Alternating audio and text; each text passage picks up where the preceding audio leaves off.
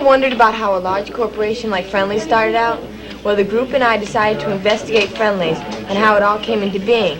At first, it started out to be a lot of red tape and hassle, and we began to wish that we hadn't even started. But we stuck with it, and I'm glad we did, because not only did we learn a lot, but the people were really friendly and helpful. After a lot of time and hard work, we put together a show which is highlighted by an interview with one of the founders, Presley Blake.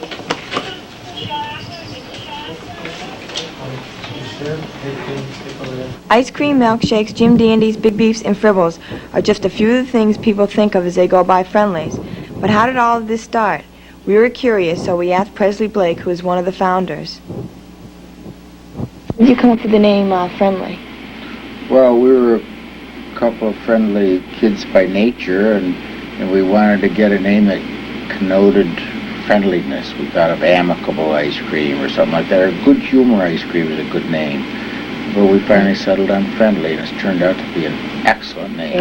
Excellent name. Can you tell us how you first started the Friendly? My brother was 18 and I was 20, and we were out of high school, and I had finished 1 year of college, and our parents' desire to keep us busy, even though we didn't earn any money, was the impelling reason for us to start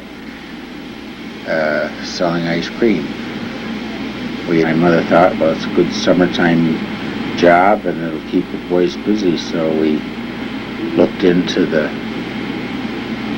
whole thing and ultimately bought an ice cream freezer and opened with the freezer and one ice cream cabinet, a Coca-Cola cooler, and 2 sets of tables and chairs in our first store on Boston Road in Springfield. After that, the business grew and the menu grew somewhat, and we had to get a bigger freezer in a year or two and a bigger store. And after 5 years, we opened our second store in West Springfield. After about a year and a half's operation, we had to close both stores because of the war. After the war was over, we reopened the first 2 stores and embarked on an expansion program that's never let up since. What has contributed to the growth of Friendly's? Well, as the name signifies, we were personally very courteous to customers, and we tried to instill that into all employees. And we thanked every single customer that came into the store and when they left. Something that's hard to do today because there's so many more customers. Were you ever discouraged at all, at any time?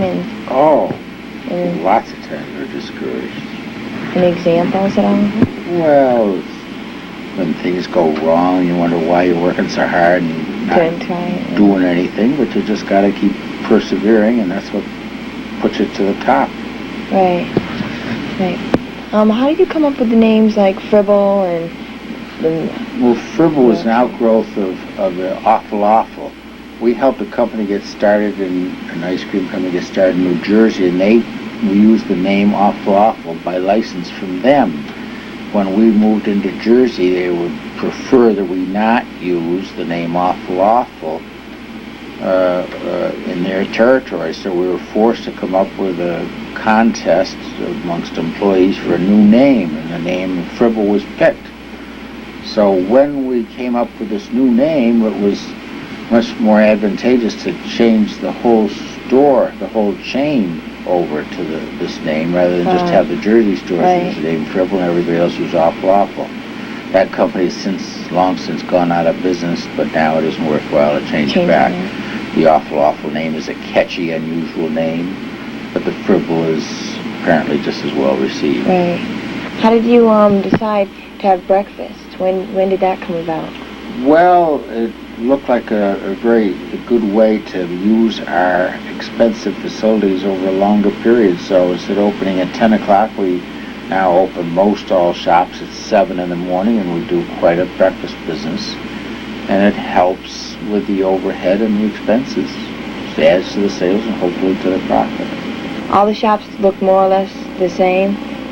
Most all of them have the brick colonial theme. The reason for that is we get a far better reception in new communities where we go with a conservative style colonial architecture building. Many times we've gotten zoning when others architecture couldn't get it. Other people with a different style of architecture couldn't get it. Do you like ice cream?